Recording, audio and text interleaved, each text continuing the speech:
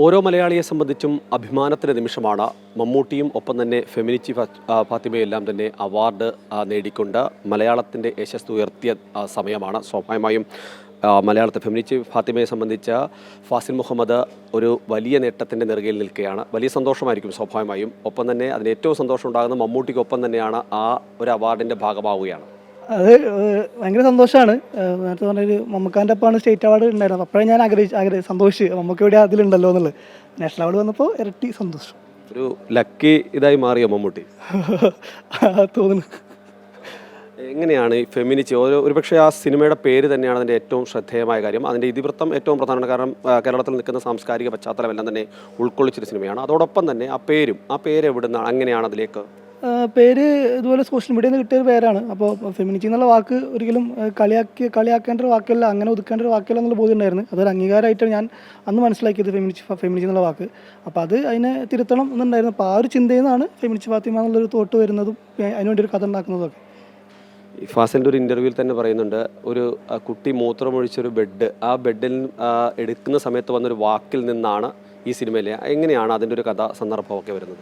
ഞാനിതുപോലെ എൻ്റെ താത്താൻ്റെ വീട്ടിൽ ഇങ്ങനെ നിൽക്കാൻ പോകും. അപ്പോൾ ഞാനൊരു ചെറിയ സിനിമ ചെയ്യണം എന്നുള്ള ബോധത്തിൽ നാട്ടിലോട്ട് പോയിട്ട് എറണാകുളത്ത് വന്ന് സിനിമകളൊന്നും നടക്കുന്നില്ല, പിന്നെ ശ്രമങ്ങളൊക്കെ തീർന്നുള്ള അവസ്ഥ. അപ്പോൾ ഞാൻ നാട്ടിൽ പോകാം, ഒരു ചെറിയ സിനിമ ചെയ്യാം, അപ്പോൾ അതിനുവേണ്ടിയുള്ള കഥ അന്വേഷിച്ചുകൊണ്ടിരിക്കുകയായിരുന്നു. അപ്പോൾ ആ സമയത്ത് ഞാൻ ഫെമിനിച്ചി ഫാത്തിമ എന്നുള്ളൊരു കഥ എഴുതിയിട്ടുണ്ടായിരുന്നു. അത് വേറെ സോഷ്യൽ മീഡിയയിൽ എങ്ങനെ സ്ത്രീകളെ അതൊക്കെ ആ തിരക്കഥ. അപ്പോൾ ഒരു ദിവസം പെങ്ങളുടെ വീട്ടിൽ നിൽക്കാൻ പോകുന്നു. അപ്പോൾ ഇതുപോലെ രാവിലെ എണീക്കുമ്പോൾ പെങ്ങളെ കുട്ടി ബെഡിൽ മൂത്രയിച്ച്. അപ്പോൾ താത്ത ഭയങ്കര ഷോട്ട് ചെയ്തുകൊണ്ടിരിക്കുകയാണ്, ചീത്ത പറഞ്ഞുകൊണ്ടിരിക്കുക. അപ്പോൾ ഞാൻ പാതി ഉറക്കത്തിൽ കേൾക്കണം. അപ്പോൾ ആ സമയത്ത് കേട്ട രണ്ട് വാക്ക് ഇങ്ങനെ മൂത്രം തട്ടിക്കാണ്ട് കൊണ്ടിരിക്കണ ബെഡായിരുന്നു, ഇനി എൻ്റെ മണം പോവില്ല, ഭയങ്കര സങ്കടം കൊണ്ട് പറയാം. പിന്നെ ഞാൻ തിരിച്ചു വരുമ്പോൾ കാണുന്നത് താത്ത ബെഡും തൂക്കി പിടിച്ച് നേരെ അവിടെ കൊണ്ടുപോയി ഇടുന്നതും അതിനെ ഉണക്കാതെ അതൊക്കെയാണ്. അപ്പോൾ എനിക്ക് അതിലൊരു ഇമോഷനൊക്കെ കിട്ടി. അങ്ങനെയാണ് ഞാൻ ആദ്യത്തെ തിരക്കഥ മാറ്റി എഴുതി, പിന്നെ ഇത് വെച്ച് എഴുതി അത് അതാക്കിയത്. ഇപ്പോൾ ഈ അവാർഡ് കിട്ടിയതിന് ശേഷം ആരെങ്കിലുമൊക്കെ പ്രധാനപ്പെട്ട ആരെങ്കിലുമൊക്കെ വിളിക്കുകയും ആരും വിളിച്ചതെന്ന് അറിയില്ല, ഫോൺ റിങ് ചെയ്തുകൊണ്ടിരിക്കുന്നുണ്ട്, ആരും കോൾ എടുക്കാൻ പറ്റിയിട്ടില്ല. ഇനിയിപ്പോൾ എങ്ങനെയാണ് നാട്ടിൽ? സ്വാഭാവികമായും മലപ്പുറത്ത് വടക്കൻ കേരളത്തിൽ നിന്ന് ഏറ്റവും പ്രധാനപ്പെട്ട ഒരു അവാർഡ് ഒരാൾക്ക് നേടിയിരിക്കുന്നു, വലിയ ആഘോഷമായിരിക്കും. എങ്ങനെയാണ് നാട്ടിലുള്ള സ്വീകരണ പരിപാടിയൊക്കെ? എൻ്റെ ഒരു ഫ്രണ്ട് ഐഫൊക്കെ സമയത്ത് പറഞ്ഞത് ഒരു നാട് ഇത്രത്തോളം ആഘോഷിക്കപ്പെടുന്നത് ആദ്യമായിട്ട് കാണണം എന്നുള്ള. അപ്പം വീണ്ടും ഞാനിപ്പോൾ ഇത് നാഷണൽ അവാർഡും കിട്ടിയപ്പോൾ അതിൻ്റെ ഇരട്ടി ആഘോഷമായിരിക്കും എന്നാണ് പ്രതീക്ഷിക്കുന്നത്.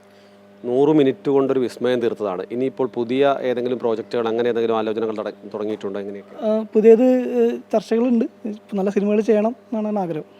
ഏതായാലും എല്ലാവിധ ആശംസകളും കുറെ കൂടി നന്നായി മുന്നോട്ട് പോകട്ടെ എന്ന് ആശംസിക്കുന്നു. ക്യാമറമാൻ CS ബൈജുവിനൊപ്പം കൊച്ചിയിൽ നിന്നും KK പ്രശാന്ത്, അമൃത ന്യൂസ്.